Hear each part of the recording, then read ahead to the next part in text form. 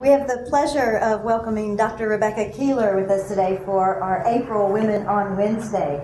Dr. Keeler is Assistant Professor of Public Law and Public Administration and Coordinator for the Legal Studies minor here at ETSU. She earned her BA in Business Administration from Florida Atlantic University, her JD from Nova Southeastern University, and her PhD in Public Administration from Florida Atlantic. Her teaching and research interests include applied ethics, changing public-private institutional relationships, administrative law, public policy, and public administration theory. She's presented conference papers on public servants ethics, privatization, and U.S. policy, and AIDS. She practiced law for 17 years in local government and was certified by the Florida Bar as a specialist in city, county, and local government law.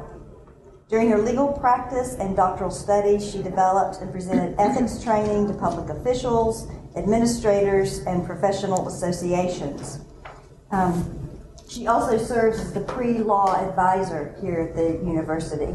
Today, she's going to talk about her career transition practicing local government law to becoming an academic. And we welcome you, and I'll turn the floor over to you. Thank you very much. Good afternoon. There's some wonderful food here. I hope you feel free to come on up and eat while I'm speaking.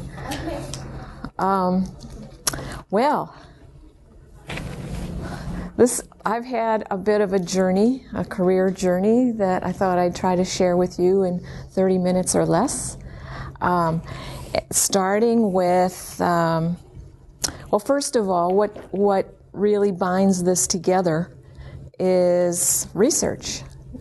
I've always done research, but it's always been, it's changed over the years, and depending on the position I'm in. So in the world of legal practice for a local government, of course, I did just eons of research on very specific situations in order to deal with a problem that was, of that moment in that place. And so it was very focused research. And typically, in the world of law, you come up with the best concrete and targeted answer that you can get, as compared to academic research, where you have amazing freedom to think about things in a much broader context. So I'll tell you about how that's kind of progressed in my career.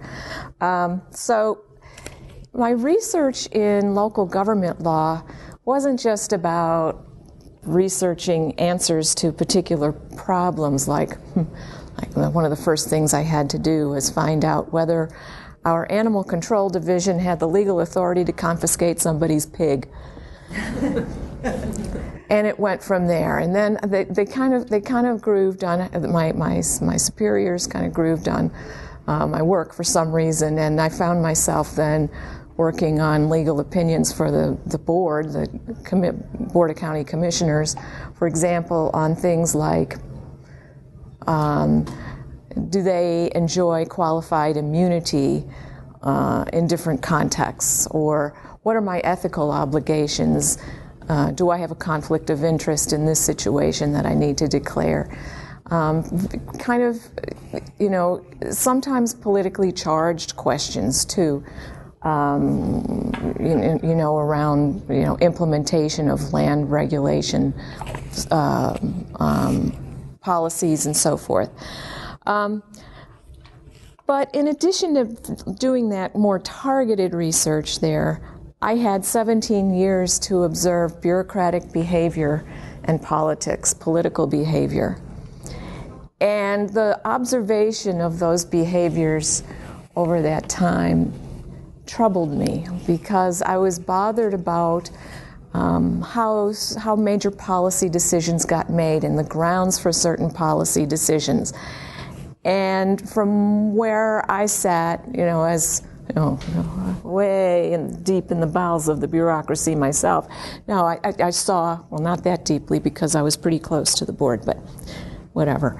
But what I saw was sometimes decisions were, or oftentimes decisions were made on much more pragmatic basis, as opposed to from a place of pure concern for the public interest. I saw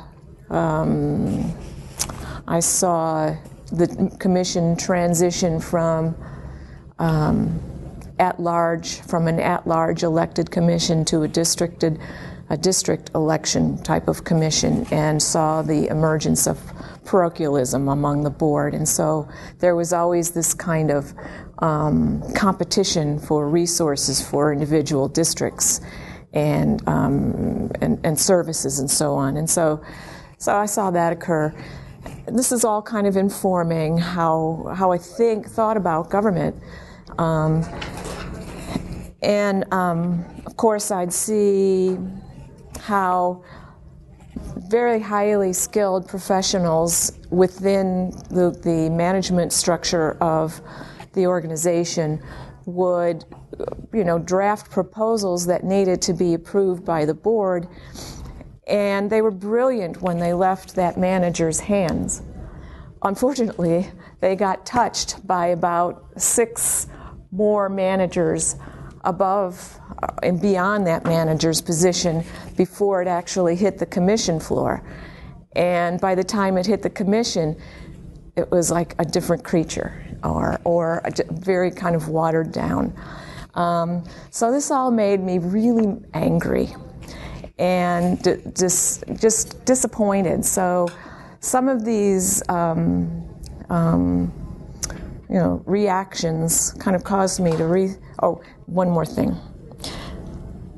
I think one of the kind of aha moments as I made the decision to leave the practice of law in local government and leave the practice of law generally was I was working on this really major ethics opinion.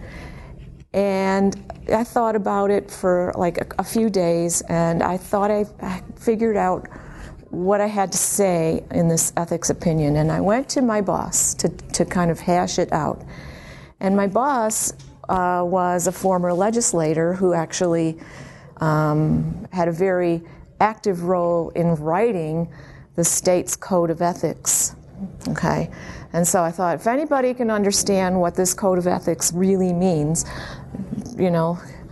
well, I laid out my analysis, and his reaction is, Becky, you think of the most esoteric questions. And I thought, okay, maybe I'm not in the right place anymore. So eventually, of course, then I moved on to, welcome, President Nolan. Oh, come get some food if you haven't had lunch. We just had a dedication ceremony. We named 4 streets on campus. I had an opportunity for lunch, but thank you. I apologize for my tardiness. I'm glad to see you. Thank you so much. I'm honored that you took some time to come in here today.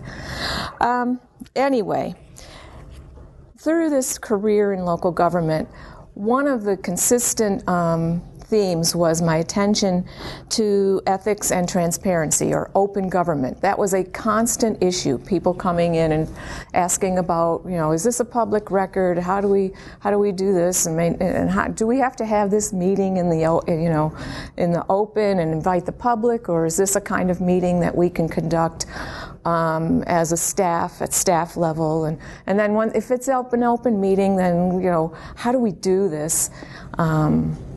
To comply with all these other laws and so on. So I'd had a lot to do with that. And I also had a lot to do with, and this is what kind of saved my spirit in local government, was being able to,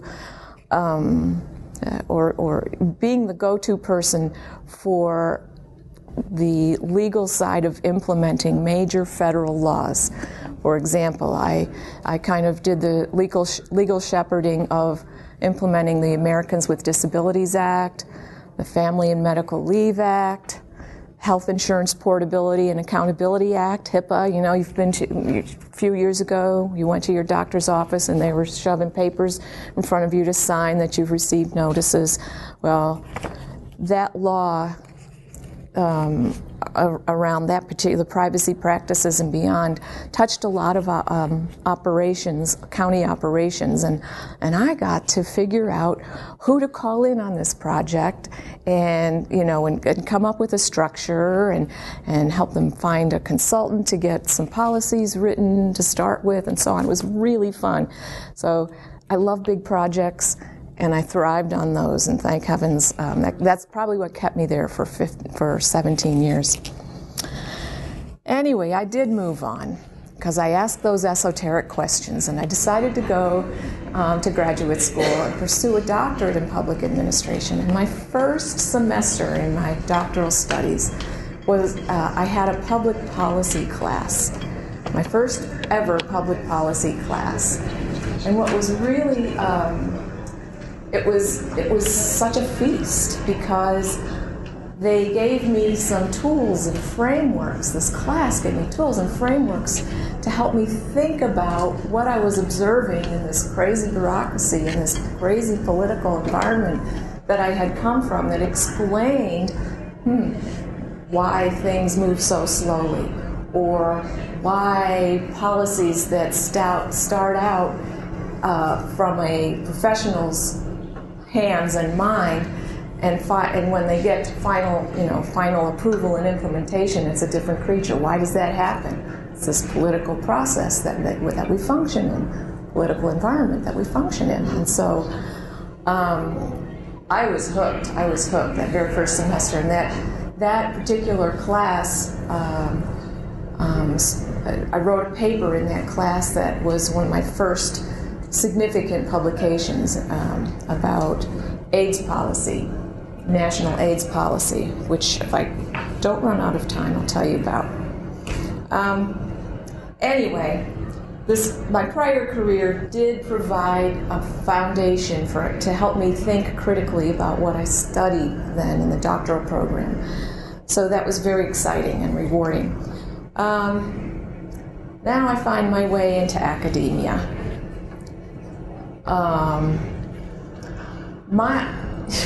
I have to tell you that the culture is incredibly different. It's a totally different world.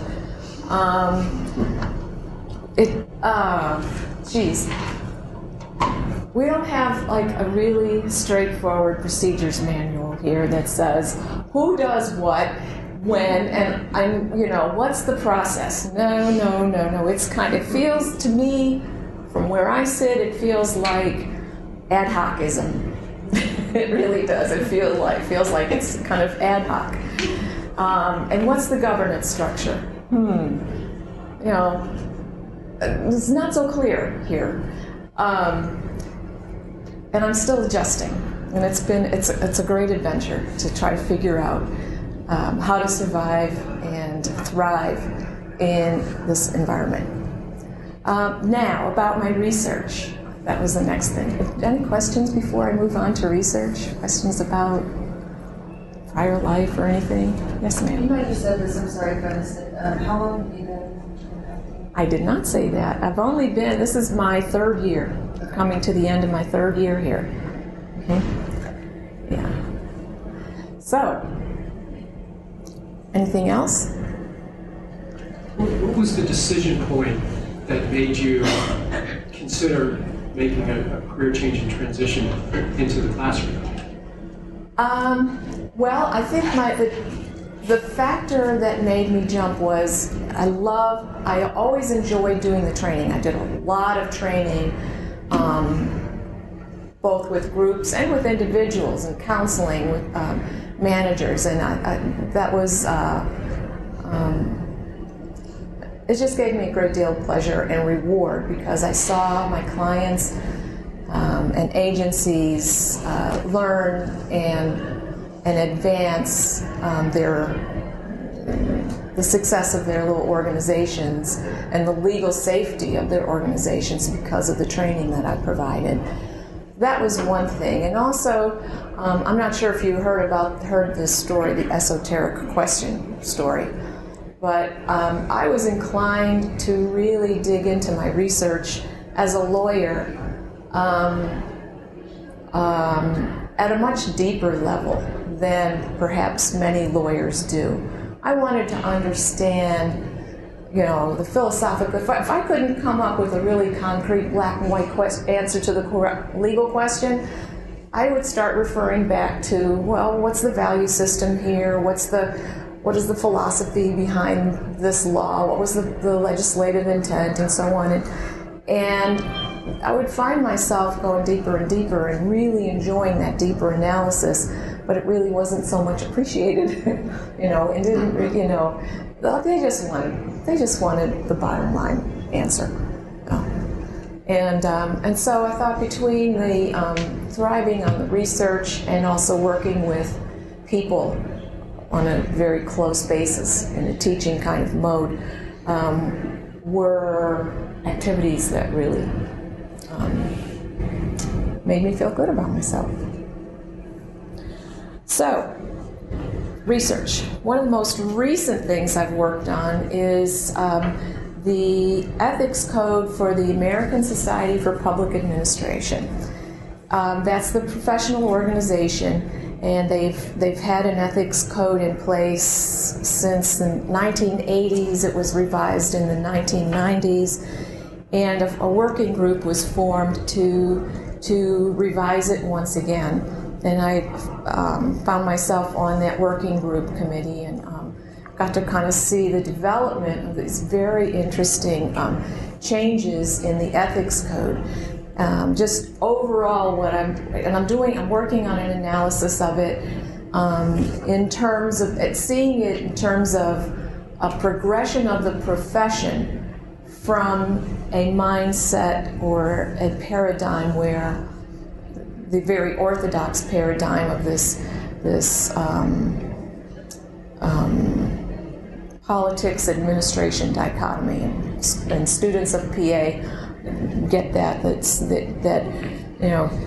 in the olden days there was this orthodox belief that administration, that is bureaucracy, is not a political institution. These are actors who must be politically neutral, and they take direction from the politics side of these government institutions, okay? So we just take directions and implement. And the ethics rules reflected that kind of separation of responsibility. The new Code of Ethics, which the National Board approved at the March annual conference, is much more elaborate, and it's also much more cognizant of the even political responsibility on the part of administrators, and responsibility to be responsive to citizens and legislative bodies and all the various constituencies that bureaucrats serve. So that's been kind of exciting to see that progress. Stepping back a little bit, time-wise, is my dissertation research, which had to do with outsourced government services. And there's a lot of literature around government outsourcing and the kind of changing mix of public and private entity or contributions to our public missions. And what we're seeing is more and more private enterprise involved in directly providing public services. And so being, concerned about transparency and ethics, I decided to take a look at some local government outsourcing a variety of services in order to assess how or if these entities are using ethics and transparency requirements in these relationships to kind of basically convey the value system that that informs public service. It's a very different value system, you know. Government is not about making a profit, and it's not necessarily ever going to be efficient. And we have, you know, very diverse and numerous constituencies to serve, as opposed to a private enterprise whose sole reason for existence is to maximize shareholder wealth, right? And to serve a customer, but that's kind of instrumental to shareholder wealth. And so what I saw, I studied three very different categories of services because the implications for who they're serving and responsibilities and democratic accountability would be very different for each of them. I looked at garbage collection, which is very commonly outsourced. I looked at code enforcement, which is not so commonly outsourced, but that has major due process issues around it, and public safety issues around it. And then I looked at inmate health care services, which, you know, it's just a host of democratic responsibility issues around health care for jail inmates. And I found, actually, to my delight, that there were ethics provisions and transparency provisions in those contracts that I studied, but they were very sketchy, and they did not tie in very thoughtfully to the particular activities that the contractors were doing. And that is, you know, if you think about really ethical responsibilities, they hinge on what kind of administrative discretion you're exercising. So, you know, if your administrative discretion is highly confined, like in how to pick up the trash from the curb and take it to the dump and bill your customer, you know, that's pretty, you can articulate in a contract pretty specifically how to do that and not be too worried about discretionary calls that might be harmful to the public interest and to the people you're serving. Code enforcement, on the other hand, you know, as I said, people can, you know, property interests are at stake, public safety issues are at stake, and there's a lot of opportunity for bribery in those instances, a lot of opportunity for just wheeling and dealing. The contracts did not really deal with that, and more troubling to me was that the laws, the state and local laws, did not really attend to the potential ethical lapses of private enterprise involved in that kind of function. Then I'll just give you one little piece of the healthcare contracts. Basically, they were written almost like insurance contracts, only there were a couple of them where it appeared that the contractor was basically given the checkbook, the government checkbook. You need to hire a specialist? Okay, you pick it. You pick the specialist and pay them, and that's, you know, we'll reimburse you when it. Totally uncontrolled in that regard. And so it raised some alarm to me about, well, you know, how are we conveying some public responsibility or demanding responsibility for public resources, and at the same time ensuring that our constitutional responsibilities are fulfilled when we're serving inmate health care issues. I don't think, it's in my dissertation, I could talk about that for days, so, but I will spare you. Another area of interest that kind of ties back to my having 17 years of observing the bureaucracy and the politics of my organization is with regard to the ethical culture of organizations. And so I started researching that issue while I was in graduate school. And what I found is a lot of literature addressing organizational culture, most of the literature is focused on private enterprise. The research has been done in private organizations. Well, I think public organizations are special, with a different value set, a different reason for existence, completely different missions. And I think that there are features of public organizations, cultures that are not being really attended to in the literature today. And so I'm working on, first of all, the theoretical foundations. What's missing? What do we really want to look at in public organizations, culture? And of course, being kind of focused on ethics issues, applied ethics, I want to explore an instrument that would assess the ethical dimensions of an organization's culture. And there's a whole literature about assessing the ethical culture of organizations, but it also is focused mostly on private enterprise. So there's this gaping hole that I'm looking to fill with my research, which is still developing.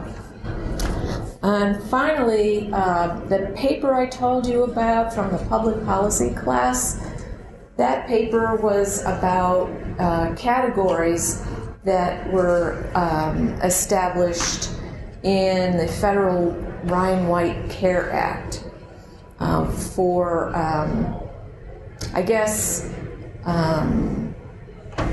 counting or perhaps future policy making. Anyway, they set up these categories that recipients of providers of services who got federal money were to report to the national government with their grant reports.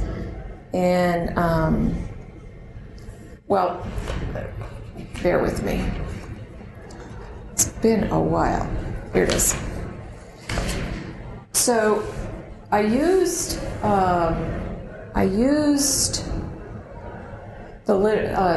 basically a framework devised by a scholar named Vora Yano. And she's written a lot about category making, particularly in the context of census categories, and how we describe groups of people in our national census policies. So the assignment for this class was, well, go find a policy that has categories and analyze it against this. And I did that. And I guess it was kind of interesting because somebody published it. Administration and Society published it. Anyway, so when you're looking at policy categories, according to Vora Yano, you want to look at them with these questions in mind. What characteristics are used to define the category? And why those characteristics and not others? If you ever think really about category making, you're making choices about features that are going to define the parameters of your categories. What characteristics are omitted? What public discourse might be discouraged or encouraged by how you formulate those policy categories? And I'll just tell you the category set that I worked from. I think, yeah. So, HRSA, the federal agency that oversaw this particular grant program for which we got a lot of money at the county. This was based on my familiarity with the program as a lawyer, and now I get to study it as an academic. And what I saw was this category set, and it was laid out as a prioritized list. So for all the clients that you providers serve, we want you to plug each client into one of these categories so we can see what this epidemic is looking like in your community. And here's the set. Men who have sex with men, top of the list. Intravenous drug users, second. Combination of the two. If they're both existing in the same person, you could put them in that category. Hemophilia, coagulation disorder people. Next, heterosexuals. Next, blood or tissue transfer recipients. Next, mothers at risk, and who can transmit it to their children. And then there was an others, and then there was at the bottom of the list undetermined, unknown, or not reported. So, what does this list suggest? First of all, who's at the top of the list? It's by gender, right? Gender designation is at the top of the list. That's fine. We kind of knew going in that as the epidemic struck the United States, it was striking that population perhaps more than others. It's changed a lot since then, as you probably know.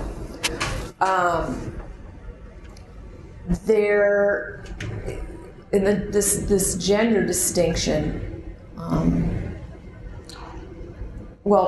if you see the men at the top, intravenous drug users, men again specifically, and then hemophilia, coagulation, that tends to be kind of a male thing, and then heterosexuals.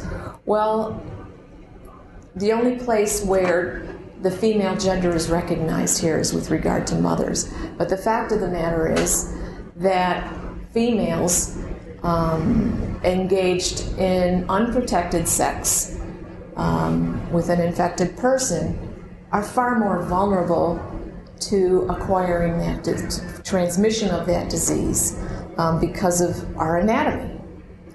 And so that was kind of an interesting finding. And I struggled to find a rationale for the hierarchy. Why did these categories, they were put in a hierarchy, first of all, because, they had to count somehow. And we could only count an individual client one time. So, you just go down the list and count them there. But other than that, there was no real, and I approached the federal government who created these policies for an explanation of the content of these categories, why are they in this particular order, why don't they have other characteristics recognized, and they couldn't answer the question. It was kind of interesting. They just, no, this is it. If you look at it from 30,000 feet, it seems like it could be related to ease of transmission, but if you looked at it more closely, it doesn't work. There are categories lower in the list where the ease of transmission is much greater than at the higher end of the list. So it was an interesting exercise to see. And how did it inform, I'm going to wrap this up, how did it inform discourse, post-policy? Of course, it kind of drew attention to the gay men population and what to do about them, and perhaps, an afterthought or, less urgent in the discourse was another population, perhaps women who are particularly vulnerable in a special way, or children, and so on. And so I learned, and now I'm much more sensitive about categories and how they're structured and how they're defined, and I hope you are too. So, do you have questions about any of that?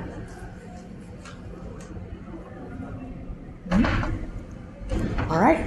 I have a question, but the Feminist Majority Leadership Association down at Wellapalooza is sponsoring a Get Yourself Tested initiative. They have buttons and information at their table and downstairs outside at the Wellapalooza.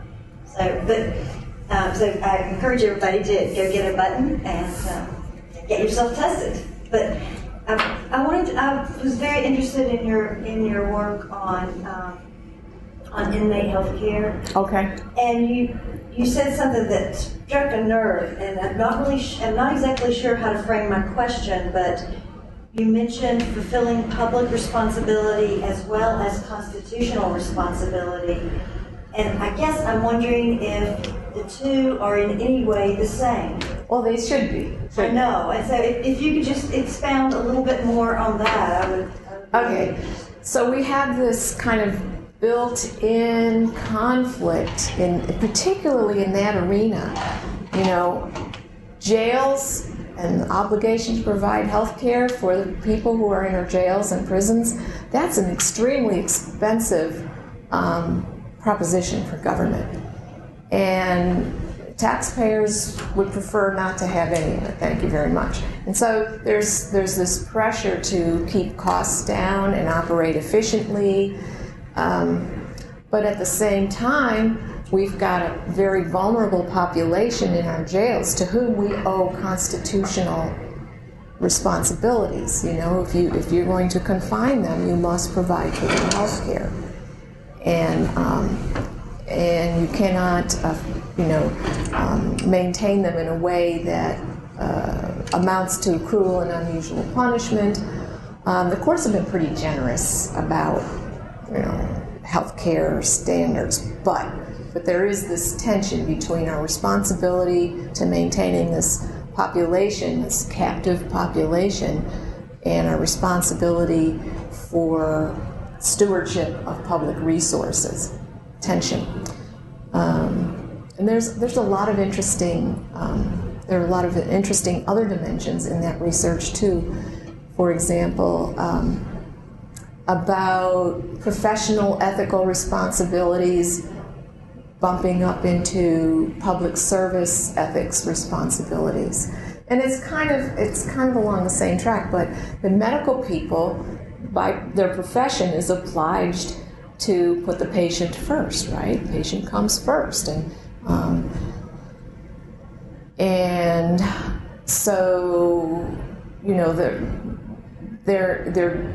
the obligation is one to one, whereas a public servant's obligation is not just one to one, but we've got all these other demands for responsibility and accountability.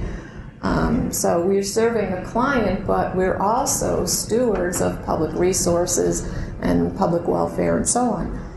And so there's this kind of built-in kind of potential conflict between the professional judgment of a medical person serving an inmate and their responsibility as a contracted, basically agent of government for governmental kinds of responsibilities, accountability to the public. Yeah, that's a whole new stream of research yet to be done. Did that answer your question? No. It's the beginning of a conversation, it sounds like. Yeah. It really is. Thank you. Vicki. David. Yes, sir. Yeah. This hits on a couple of your points, like with accountability and administrative discretion. 20 years ago, Philip Howard wrote this book, The Death of Common Sense. Yeah. And in doing so, his argument is that too many of our bureaucratic organizations do not offer any kind of discretion. Mm-hmm. And that generally lawyers, and this brings in your legal side, you might put both hats here on this. They basically have tried to put due process in everything, mm-hmm. and to make it where people can't make any decisions, mm-hmm. because they're very much hemmed in. Mm-hmm. Just speak to that. That book came out at an important time when he wasn't the only one grousing about bureaucracy's all bound up in rules and we're not getting anything done efficiently because we have all these rules that constrain discretion. And so as a result of that kind of pushback, there emerged the reinvention of government movement, and the Clinton administration really jumped on board that and did National Performance Review, is that what they did? Yeah, the Gore Commission. The Gore Commission. Yeah, well loaded up, yeah. Yeah. The picture, everybody's in the picture. And, not too surprisingly, concluded with the help of Peter Drucker and others that that we were too rule-bound, and that in order for government to move at a more efficient pace and to progress, we need to grant more discretion to our managers and to our public servants. And one of the consequences of that was gutting the federal government's middle management people with institutional knowledge and expertise and history, but the idea was to basically empower administrators to be able to make changes and do things, but at the same time hold them responsible, directly responsible. And that's been one of the mantras over the last 20 years, is this mantra of individual responsibility of public administrators. And there's going to be no more of this, well, I'm just following orders, or I'm just following the procedures and I don't have to think beyond what my supervisor tells me to do. So you'll see, well, if you want to, you will see in the ASPA code a rejection of that kind of deflection of personal responsibility on the job in public administration. So besides giving more discretion to managers and cutting through, eliminating rules, they also advocated engaging the private sector in more government activities, with the belief that the private sector is better able to achieve efficiencies. And that particular aspect of the plan has met with very mixed reviews and results. So here we are 20 years later, or 13 years or however years after the Gore Commission report, and I think we're at a point now where we can do some really serious examination of these claims vis-a-vis the reality of efficiencies achieved by using the private sector in government. Thank you. How much does the tension between public and private benefits and public and private goods run through this notion of individual responsibility? So one of the things that at a point in time I was interested in and studied was that as you outsource, those individuals lacked the ethics of the public good because things were focused on profit maximization. Mm-hmm. And in fact, that may lead to greater corruption in government than if you had stayed with the traditional system. Absolutely. Is that something that you found in your research? Yes. Or a stream of the literature in your research? Yes, absolutely. There's a lot of literature out there now looking at major federal contracts where the contractors clearly were not looking out for democratic responsibility and accountability, were not looking out for the public interest. They were using whatever was expedient for the contractor to control their costs and maximize their profits. Boy, that was the way to go. And that was so we've got a lot of literature about big federal, dramatic, salacious stories, the Halliburton stories, But I decided that what we need, that local government really touches us in a much more intimate way, and in terms of our tax dollars and our day-to-day activities. So I decided to focus my research in this area on what are local, state and local governments doing to kind of impress private sector agent activities with this responsibility for that the government has for transparency, for example. Some of these, the contracts would basically pay lip service, for example, to public records responsibilities, but at the same time, they did not require the contractors to actually create documentation, that if the function were done in-house, there would be documentation and transparency. So it was easy to just shift it, and transparency wasn't a big deal. I know I went a little bit astray, but did I answer that? Yes, ma'am. Okay. Good. More questions? Well, thank you very much. I'm really pleased to see all of you today.